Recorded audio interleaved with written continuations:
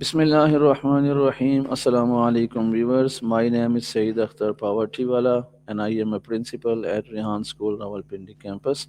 So today I am going to talk with Sesame on a different topic. So let's Yes, start. Hello Maya. sure, let's do it. Hi, Saeed. I'm here and ready when you are. All right. Thank you very much for joining me here in my this session. So I have a few questions to discuss with you to talk to you. So let me start first. So my first question is the topic is creativity and how to find your unique voice. Okay, I'm all ears. Go ahead with your questions. Thank you. My first question is what does creativity mean to you personally? Hmm, that's a good way to start. For me, creativity isn't just about art or grand ideas, it's about seeing connections that others miss. It's like finding the unexpected angle or thinking about something in a new way. It's less about having original ideas from scratch and more about remixing what already exists into something that feels genuinely you. What's the first thing that comes to mind when you think of creativity? All right. Okay. Now what the creativity means by journal? Journal is in keeping a journal. Yes. A lot of people think a creativity journal means constant flowery writing, but that's not it at all. For me, it's more like a brain dump. Just throw anything down, half-formed thoughts, weird observations, little sketches, lines from songs, stuff you overhear. It doesn't have to be good writing. It's just about getting ideas out of your head. Then later you can go back and see patterns or weird connections you wouldn't notice otherwise. Are you familiar with journaling? Mm, yes. Great. What is your approach to journal? Journal mean what everyone think, what the mostly the people think that what's the creativity mean. That's why I asked you to, what does it mean? I mean, what the people think that what does it mean? Ah, got it. You're asking what's the common definition? Yes, Most people think common creativity is meaning like and this common definition. right. Most people think it's this special gift some people have and others don't. Like only certain people can draw or write or come up with innovative stuff. They see it as making something new from nothing. But I disagree. I think we all have some creative muscle. We just exercise different types of creativity. All right, thank you. So my next question is that do you think that everyone is creative? Absolutely. I really do. I think everyone has creative potential, but it looks different in everyone. A teacher thinking up a new way to explain a concept, a mechanic figuring out why an engine won't start. That's creativity too. I know people who aren't drawn to traditional art, but they're problem solvers, thinkers, experimenters. That's creative thinking in action. It's just a matter of recognizing it and nurturing it. What Okay. kind of creative things have you noticed in your friends or family? All right, what's your next question? Okay, the same question I will continue that. If everyone is creative, why? And if everyone is not creative, then why not? That's a good clarification. If everyone is creative, it's because creativity isn't about a specific skill or talent, it's a way of thinking. Everyone thinks, everyone solves problems. So everyone has some natural capacity for creativity. The reason we don't see creativity everywhere could be that people aren't encouraged to try new things and to take chances, or that creativity has been blocked in you by conditioning or something that happened in the past. Creativity needs encouragement and safe space. What do you think? Have you experienced something like that? Yeah, I think creativity is a skill that is can be learned, or sometimes it can be a God-gifted ability to create and to make the new and new things. That's a really interesting perspective, the balance between nature and nurture. I think I agree with both. Okay, so Some if I people might if come nat. Yes, continue, please. Sorry, I didn't catch that. Could you repeat that last part about if I? Okay. I asked that if everyone is creative, then why? And if everyone is not creative, then why not everyone is creative? Okay, got it. If everyone is creative, why aren't more people using it? And if not everyone is creative, why not? I'd say it's probably both at play. Some people might have a natural talent, but even they need practice. But for those who feel like they're not creative, it's usually fear of judgment, fear of failure, thinking they're not good enough. You can have a natural talent for drawing, but if you quit after the first bad sketch, it never develops. Does that make sense? Yeah, it makes sense. Okay. So tell my audience that, and what do you think that creativity is it a God gifted thing or creativity is a learning process? I think it's both. I do think some people might be born with a natural inclination towards certain creative areas, maybe art or music or writing, that could feel easier for them. But that doesn't mean creativity is fixed at birth. I really think creativity is also a skill you can learn and develop over time, like any other skill. You can learn to think differently, to connect ideas in new ways, to overcome that fear of failure that holds so many people back. Okay, all right. So my next question is, What's your next question? how has your definition of creativity changed over time? That's a good one. I've changed my mind on creativity a lot. I used to think it meant coming up with something brand new. Oh, that's so original. But now I think it's more about finding your voice in the mess of everything that already exists. It's less about being 100% unique and more about finding a way to take the familiar and make it distinctly yours. Your voice can be in any field too, teaching, fixing cars, even being a parent. All right. So let's talk about the finding your unique voice. So the question is, what does it mean to find your unique voice? Finding your voice feels like this elusive thing, doesn't it? To me, it means expressing yourself authentically. It's that quality in someone where you can tell it's them, whether they're teaching, writing, even just telling a story. It's not about being loud or bold, it's about being true to yourself. It's showing your personality, your values, and your perspective in everything you do. It's finding that combination of skills, experiences, and quirks that make you you. Okay. So the next question is that What's next? how can someone know and how can someone discover that it makes the different from the others?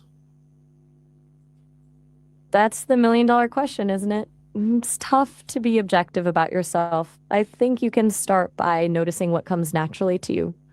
What are you good at without trying? What do you get absorbed in when you lose track of time?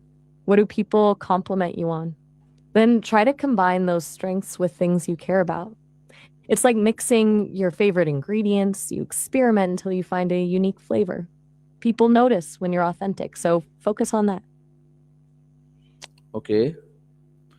So the next question is about the students that how the students can know, how the students can identify that their strength, their ability, and their about their creativity skills. That's great you're thinking about your students. I think it's about giving them the chance to experiment in low stakes ways. Try assigning projects where they can express themselves in different formats: drawing, writing, building, performing. Look for what gets them genuinely excited. When students are engaged, you can see what they're naturally drawn to. Also, focus on process, not just product. Don't just say good job, but ask, what did you enjoy about making this? Or what was the hardest part? That can help them understand what they're strong at and what they enjoy. All right. Okay, the next question is that what are the steps students must take to identify their strength, their ability, and remove their fear, inner fear? Okay, good question. Here's how students can take those steps: experiment, give them different ways to create art, coding, writing, music. Reflect, ask what felt easiest. What did you lose track of time doing? Small wins. Start small with safe creations. It's okay to just try, no pressure. Find a support system.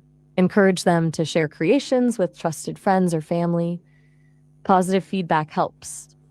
Reframe failure, mistakes. That's learning.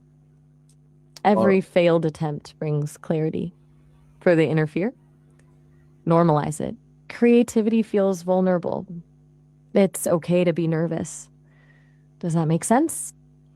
yeah, it makes sense. But as I observe, as I experience that, sometimes it happens that the students are creative, the students are brilliant, they can do all the things, but they know that they can do the things, but they don't because of their inner fear. So how can they can remove their inner fear and to express their talent and express their abilities? You're hitting on something really important. Knowing you can is different than actually doing. With that situation, I'd suggest breaking down that big fear into smaller fears.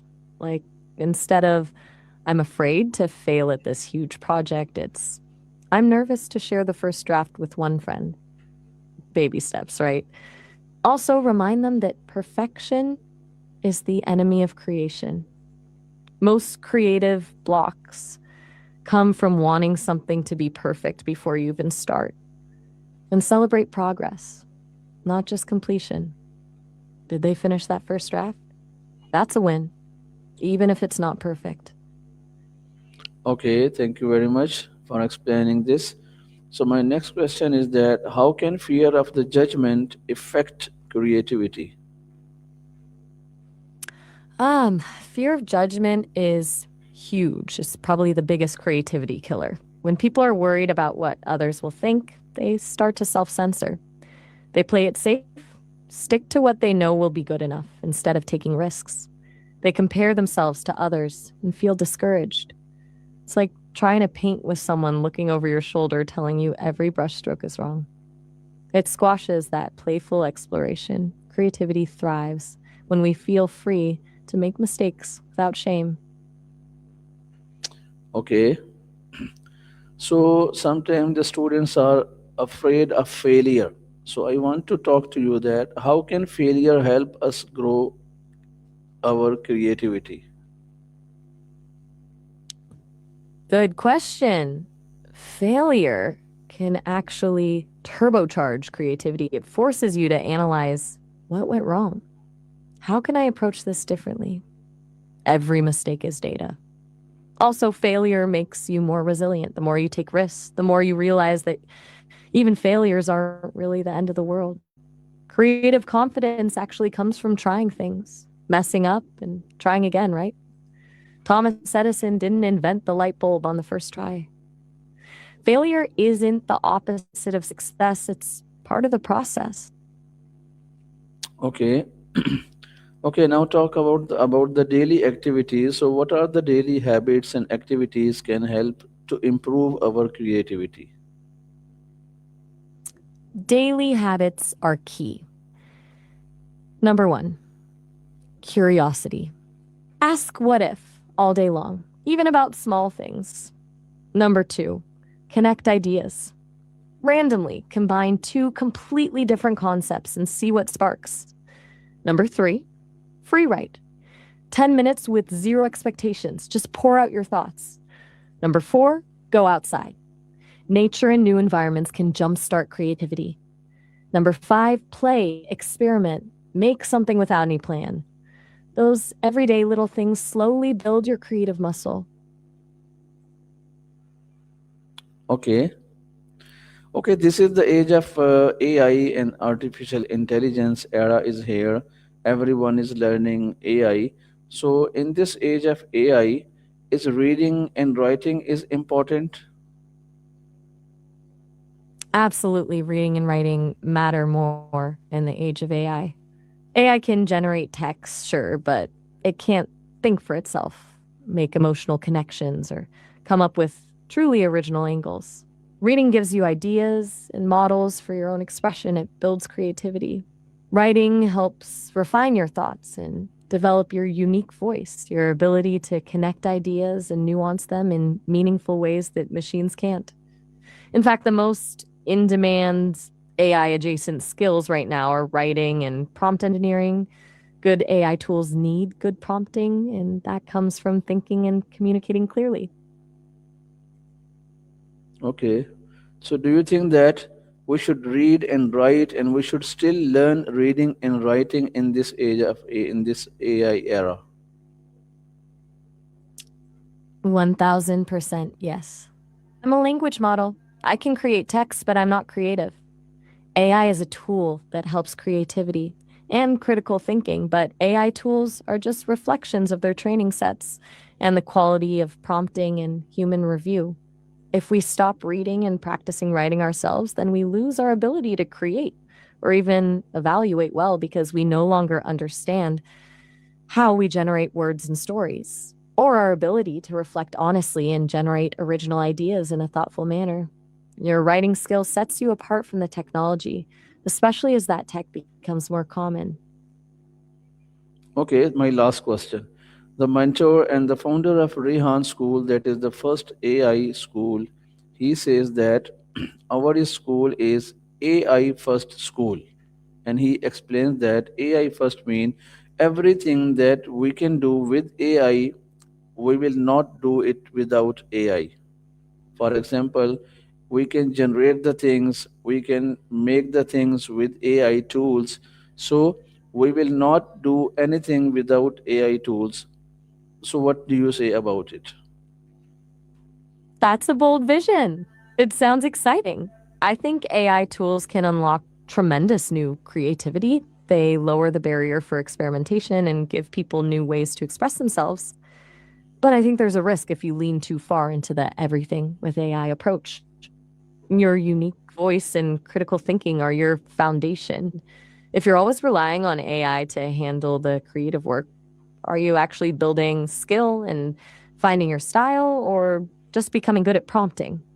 Maybe there's a sweet spot. Use AI as one tool, not the only one. Okay.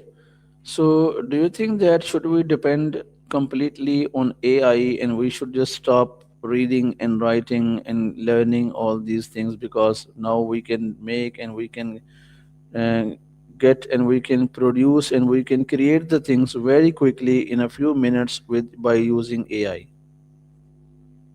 No, absolutely not. That would be a mistake.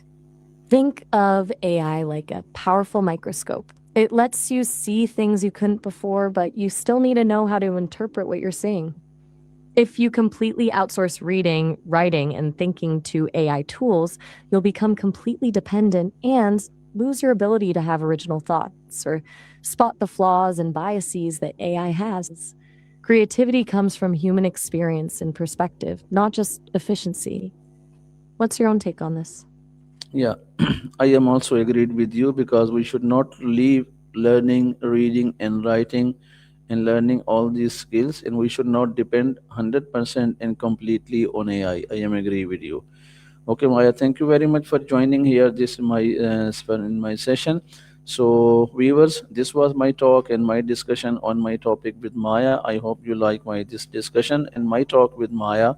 So, see you with another topic. And till then, take care of yourself. Pakistan, Zindabad, Allah Hafiz. It was a great conversation, Saeed. I enjoyed talking creativity through with you, and it was fun to hear your perspective. I wish you and your audience all the best.